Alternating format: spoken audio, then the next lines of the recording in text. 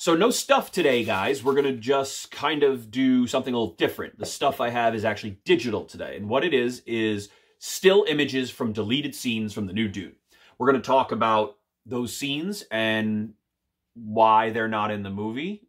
Or at least ask the question why, because one of the scenes I can't fucking for the life of me figure out why it's not in the movie. The new movie was awesome. I've seen it about 5 times, and I really like it. To the date, we still haven't gotten Dune the way Frank has seen it, which sucks. Visually amazing, but dialogue suffers in his movies heavily. So here's the thing that we want to talk about. There were a lot of scenes in Denis' Dune that are not in the book, and I don't really get why they're in at the expense of some of this cut footage. It's not like you needed to pad this film with new shit. The signing of the documents in Caladan. The fuck? It doesn't need to be there. It doesn't do what people think it does. And there's like 8 other places in the book that do that. So we don't need that at all. Dune, I wouldn't describe it as a big, grand book. In fact, Frank writes it very tight. And the reason is because at its core, Dune is a spy movie. It's an espionage movie. It's about... you know, if you could sum up Dune in one sentence, it is the story and the art of saying one thing and meaning another. That is Dune in and of itself. It's secrets within secrets. It's plans within plans. It is not a big, giant space epic. Treating it as such is a fan art thing. And so when you look at, like, David Lynch's film, that was a symptom of the times. So let's talk about what was cut from the film. So here's a clip right now. This picture is Jessica in the red dress from the dinner sequence. The dinner sequence encompasses and embodies the espionage spy aspect of Dune. It is Tinker Tailor Soldier Spy at its core. It's very much, you know, what the hell's going on. So we've got Jessica, we've got Paul, and then we've got 3 other elements that really set up the spy aspect here. We've got Dr. Kynes. He's withholding, or she in this movie, but he is withholding information. He's answering truthfully, but not fully. And only the Bene Gesserit can pick up on that. So you get to see a little bit of what they have going on. We have Susu, the water salesman, and then we have the banker. The banker has brought his daughter, and she's a plant. She's there specifically to ask certain questions and give certain answers in order to try to get the Atreides to reveal some stuff because they're actually Harkonnen. They're in Harkonnen's pocket.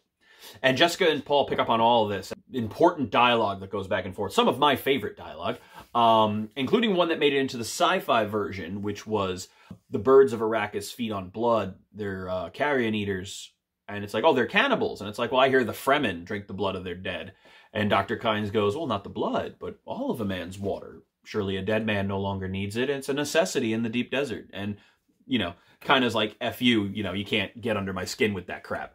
And it also shows that the smuggler who came was ready to jump up and kill the banker. And Kynes is kind of like, nah.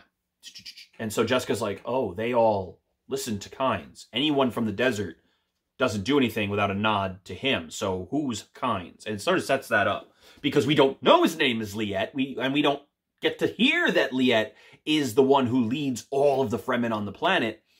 And that Liet serves 2 masters. And then they take Duncan Idaho and says, well, you can serve the Duke and Liet because Liet serves 2 masters, and so can you. There's precedent for this. Which later sets up how Paul gets around killing Stilgar. So, like, it's super important to do that, and they don't fucking touch it at all. And I really don't know how they're going to pan that out. So I feel like the dinner sequence is super important for a lot of reasons, but if you don't set up that Liet and Kynes are not the same person from the get-go, and set up that mystery aspect, then it doesn't matter. This is a picture of Jessica discussing Dr. Yui's wife, Wana, with him, and the fact that she is missing and believed abducted by the Harkonnen. This is what breaks his Imperial conditioning. If you're asking what that is, that's a good question because they didn't fucking have it in Denis' version, and the fact that Dr. Yue was Imperially conditioned is one of the most important aspects as to why he was above suspicion and therefore the perfect traitor. It makes sense why they cut it, because if you're not going to flesh out Yue as a character, then it doesn't matter. And if you're not going to flesh out the suspicion, you know, Jessica being suspected by everybody initially plays a huge part later when Gurney comes back and tries to kill her, and Paul doesn't foresee it, and it freaks him out and makes him take the water of life, which turns him into the prophet. You need all that, and none of that was set up, and we don't know if we're going to get any of it, and it's kind of sucked. So much of the nuances of Frank's writing is just gone. So much of it is gone. What he wrote, what made him a good writer, was the interaction and the layers of the espionage, and that's all gone. And not one Dune has really shown us that. I personally feel the Sci-Fi Channel version would have been the version that Frank would have liked the most of all his forms represented. And the joke is that that is a 5-hour piece. Denis did a 2.5-hour film. He's, in theory, going to do another 2.5-hour film. We don't know the length of part 2, but let's assume it's 2.5 hours. He'll have the same length of time the Sci-Fi Channel did, and he's not going to have as much loyalty and dialogue that the Sci-Fi Channel had. This clip here shows Yui giving Paul the Orange Catholic Bible, which we all thought was the little book that everybody had, including Gurney. And it's very, very small. You can barely see anything in his fingers. It was a cool little piece of tech that kind of nodded to the time before, long ago, pre-Butlerian Jihad, when technology was more impressive than it is now in terms of storing information. Denis accomplished this by shooting one scene in a library and said, well, this is how you know there's no computers. Okay. So this sequence is important because Paul accidentally opens to Juana's favorite passage, not the passage Yue had marked for him. He didn't think that Juana had marked her own passage. And when he starts reading it, he freaks. And it sort of sets the tone of just how much love can overpower any form of conditioning, which is something that plays out very strongly. Mother's love for her son, son's love for his father, man's love for his spouse, people's love for their planet, and all these different things. So that love is a big thing that recurs and shows that it can overpower any conditioning or training. So they added Yui stuff that doesn't matter and cut out a bunch of Yui stuff that did matter, and I don't understand. Let's look at this scene, which was cut, which is Gurney Halleck playing the balisette. There's a sequence where Gurney just starts to talk about the Harkonnens, but he doesn't explain it. And he doesn't say, you know, they're brutal. He doesn't mention that he came from a slave pit and that he was ruled by Harkonnen and that he hates them with a passion. And because the Duke saved him and took him into his council, he's not noble. He can't sit at the table with nobles and things like that. He's Gurney man. He is the Duke's. He is the knife at the Duke's, the hidden knife at the Duke's waist, if you will. And what's known about Gurney is that he's a very fierce fighter. He's not a great fighter, but he's a fierce fighter. Duncan's the great fighter, but he's also an amazing musician, and he's always speaking in poetry, which we do see in the movie. It doesn't show that he's a musical individual. And this scene, for whatever reason, him sitting on his ass, playing his guitar, or the balisette, I should say. It's a 9-stringed instrument called the balisette in Dune. Would have been great just to let us know that there's another aspect to Gurney. Again, it's just a chance to put some loyalty in that didn't make the film. So it stands to make you wonder what else was cut. It's a very, very difficult thing to take a book as rich as Dune and try to translate that to a visual medium.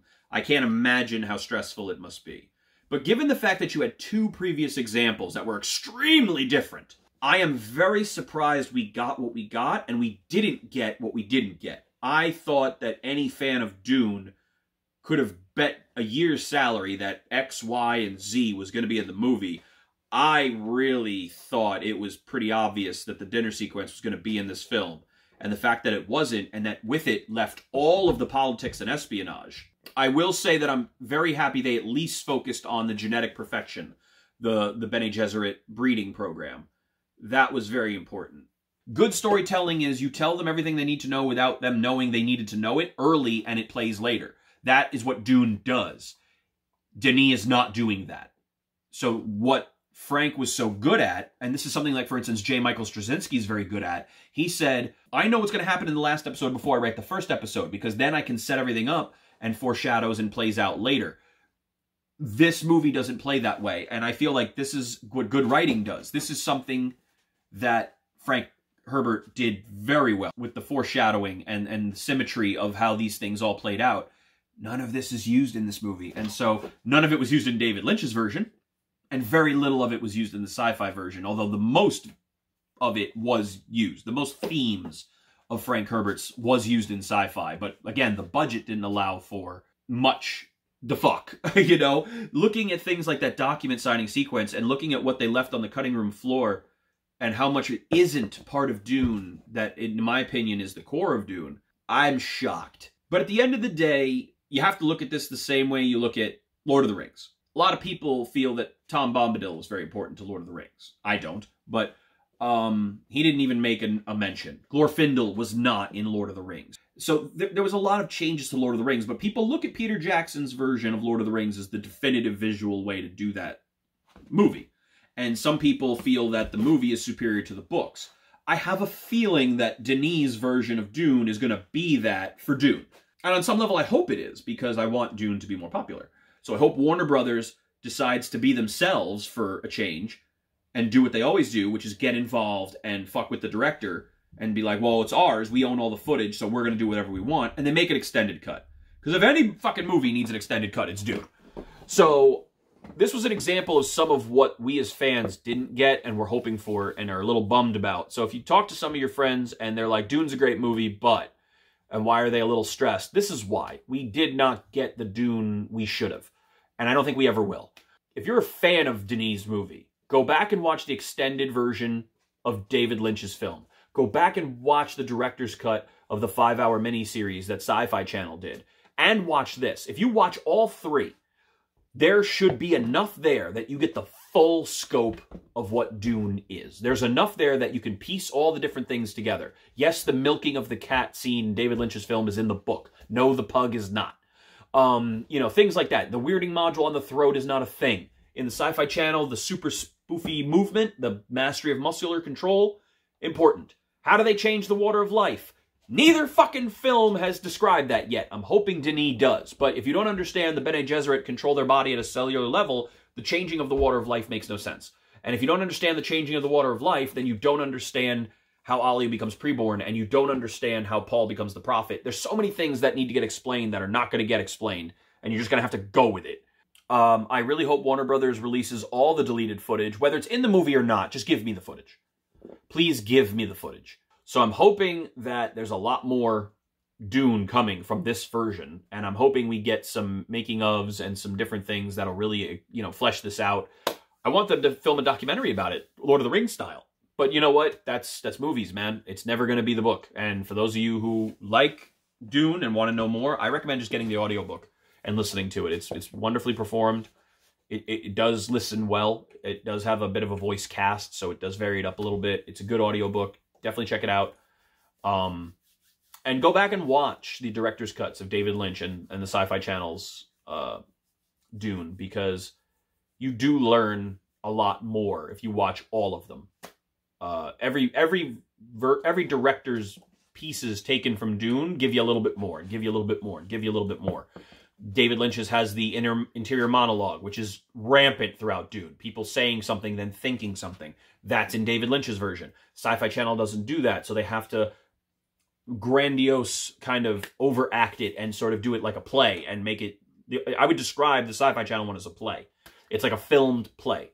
So it's very stylized and it's very dramatic, and you know, that lends itself very much to the interactive aspect of Dune. It's less about being a sci-fi piece, and it's more about being a character performance. And each character is very well fleshed out and developed in such a way. Although I will say Timothy Chalamet, or whatever the fuck he pronounces his name as, is definitely the best Paul Atreides. And he's a little contemporary for my taste in this movie, but I definitely think he's going to go down as the definitive Paul Atreides. He has that hawk-like gaze. I will like to see what he looks like when he becomes the prophet. Will he command presence the same way Alec Newman did? But I'm digging it. So let's go ahead and just keep going. We get in part 2. I will have some Dune props coming. I will show those off in part of my stuff.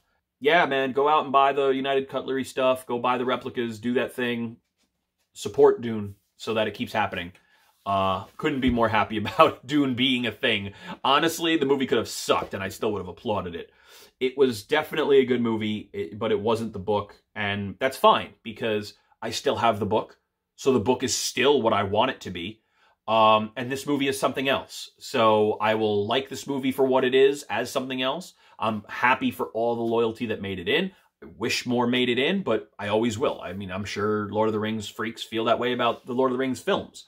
You know, there are still people out there devoted to Tom Bombadil and things like that. So the good news is that with a book, you always have the book. And with a film, the film can be its own thing. A show can be its own thing. And I am fully supportive of Denis' version. I think he fucking killed it. He'll probably win some awards for it, and he should. The art department should. I'm digging it. So more Dune. Very awesome. Hopefully we'll get some deleted scenes, and maybe I'll do reactions to them or something later. Have a good day, and happy Halloween.